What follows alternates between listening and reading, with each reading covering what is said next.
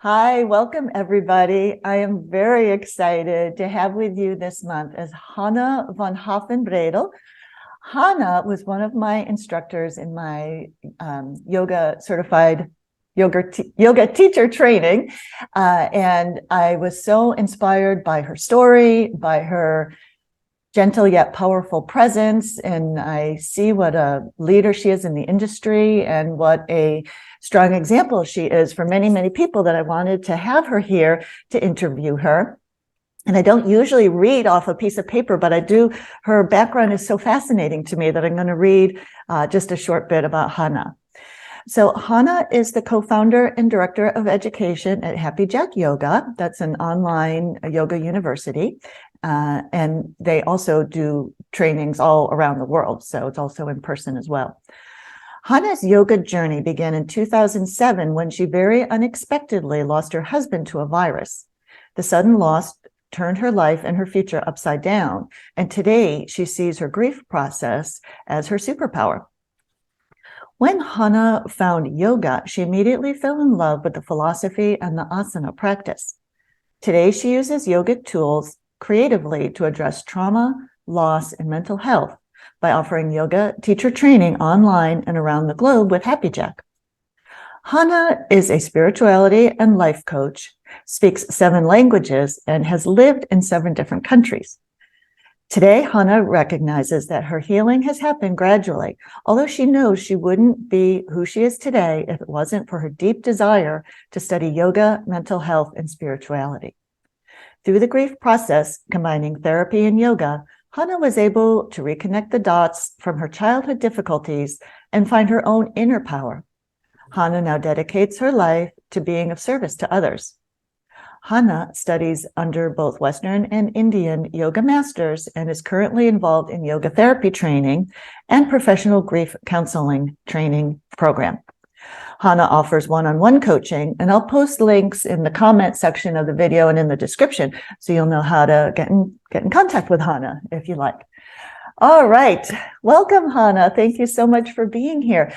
So I thought you might want to share, however much you feel comfortable sharing, share some of your story about your healing and your grief process. Okay, thank you, Christine. It's such an honor to be here. So I'm originally from Finland, and I lived all of my adulthood abroad, so outside of Finland, except for a couple of years, but I'll get to that later. So I went to Milan, Italy to study graphic design, and I loved it. And I got my dream jobs, all kinds of fun things that happened in my 20s. And then I met my husband, Jens Olav, who was from Norway, when I was working in Milan. And we fell in love and we had a baby right away, my oldest. And then 2 years later, we had my youngest. And we were living the dream, and we felt a little bit guilty to live in the center of Milan with our kids. Both of us being Scandinavian, we kind of feel that kids need to be outside. So we looked for places where we wanted to move, and we scanned like Tuscany and Switzerland and everywhere, and Finland and Norway. And at the end, we decided to move to Norway because his parents live there. So we moved to Norway. And we lived there for 1 year, and it wasn't easy. Let's say it was like maybe the biggest culture shock I ever had. And so we decided to, before the kids go to school, we decided to jump back to Milan. And in that process, my husband was driving one of our cars down to Milan. And on the way, he basically passed away I did not know that he was sick. I did not know he had a virus. And I was basically with 2 little boys and 2 little luggage, like carry-on luggages in Norway. Just sold a house in Norway. We hadn't moved into our dream castle in Milan yet. So all of my life was like, poof, like, in the air. And then, so after that, all of my life has been kind of coming to terms with what happened and who I am in the aftermath of it. And now I can talk about it without crying. But even 5 years ago, maybe I was still, I would always like open my heart to what happened to us. And it's difficult to, how can I say, like, accept that that happened to him. Like, I feel like that's not right. Like, I Yes. feel like it's my duty to talk about him. And I feel like our relationship has evolved, in a way. Like, I feel like I still learn from him and from what happened to us every day. Absolutely. Mm. And now I know that you've shared how yoga at least played one part of your process in Yeah. healing and navigating this road. Yeah, absolutely. So for me, especially yoga philosophy was what helped me in those early years and early months, even. So the same week my husband passed, I was so lucky to find a therapist right where I lived, and I still see her. She's amazing. And she said that I should try yoga. And doctor's orders, I obviously marched right into a yoga class. And yoga wasn't as huge maybe at that time. So I was really lucky that there was a yoga studio in the town I lived in. Yeah. And then I noticed that I couldn't really practice. Like, I think I was really deeply traumatized. I was not doing well. I had all of the symptoms of grief you can imagine.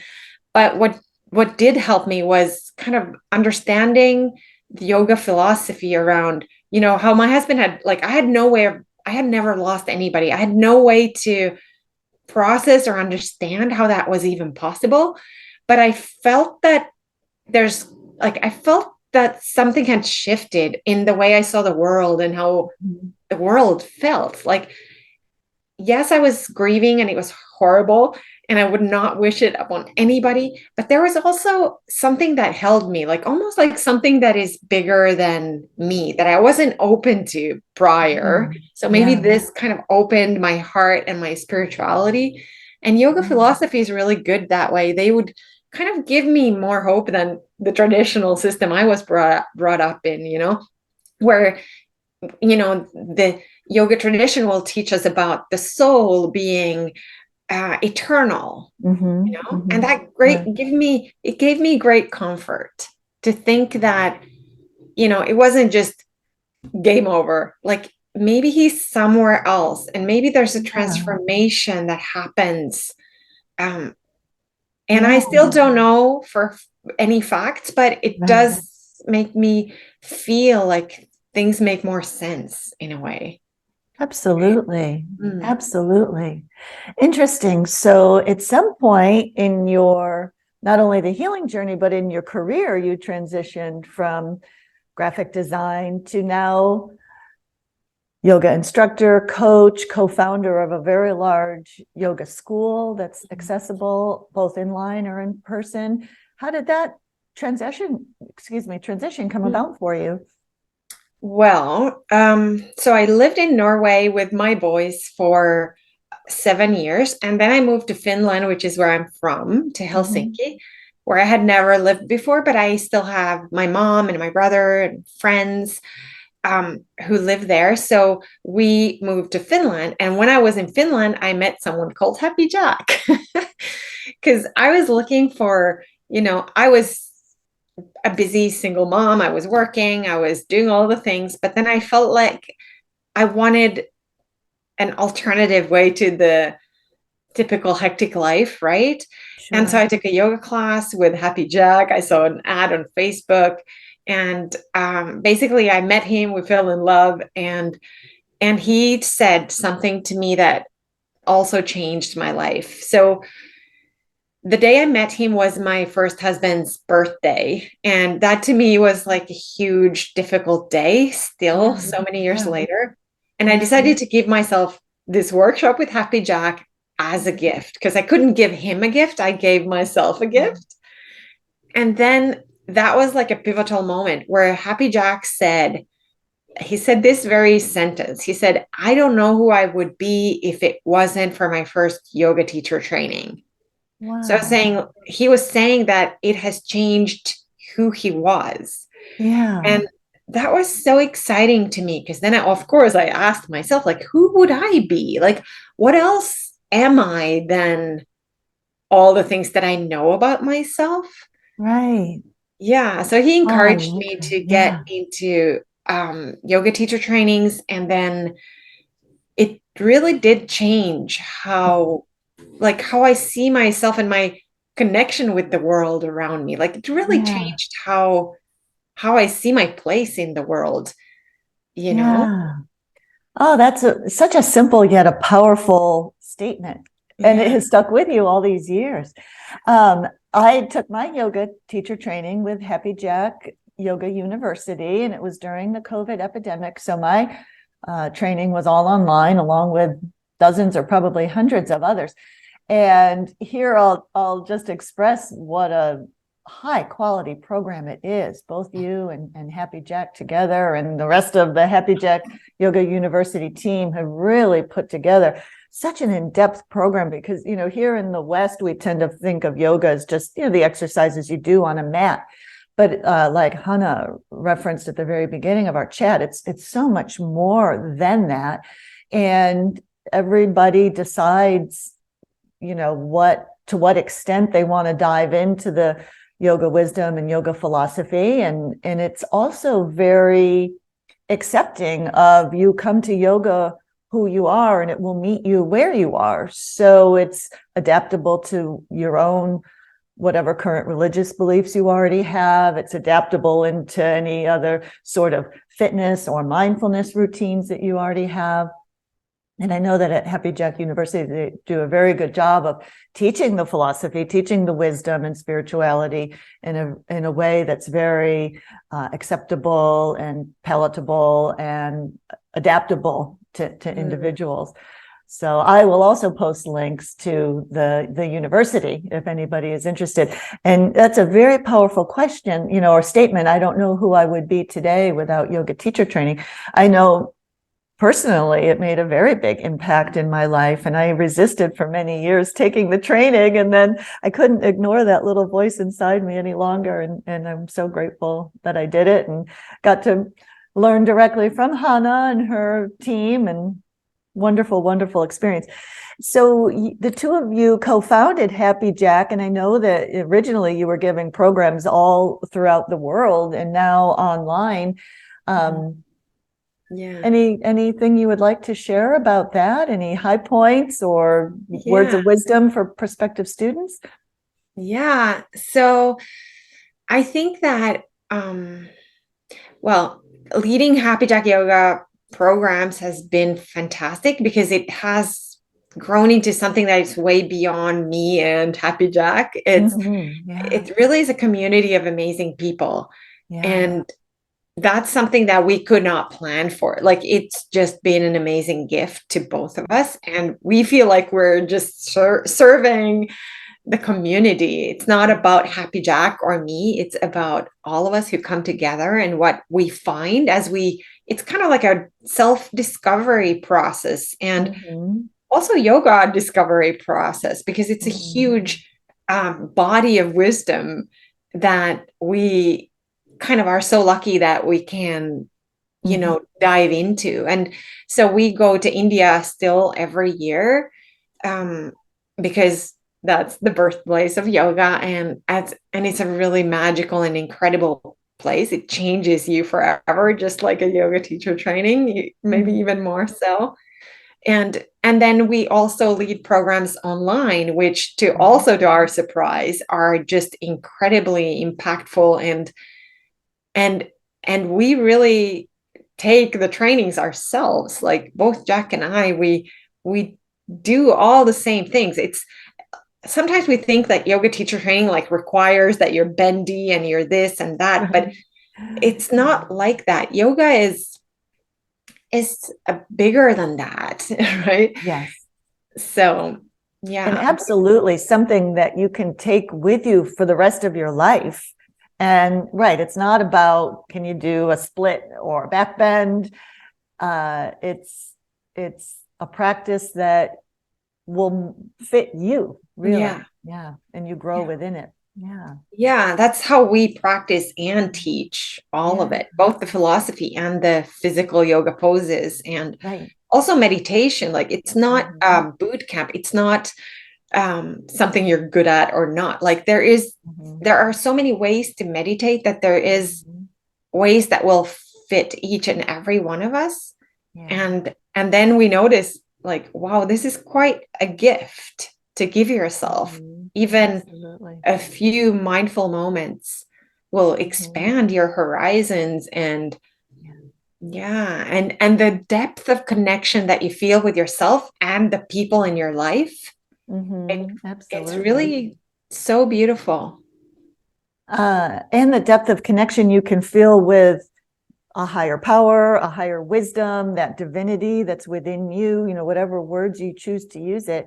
And one uh, gift that I walked away from Happy Jack Yoga University with was me dedicating to having, even if it's just 15-minute morning practice, that it's not focused on fitness, it's focused on breath work and meditation and connecting to divinity and the divinity within me. And if I can just get a little glimpse of that deep love, even for a moment, it is magical how it changes your whole day.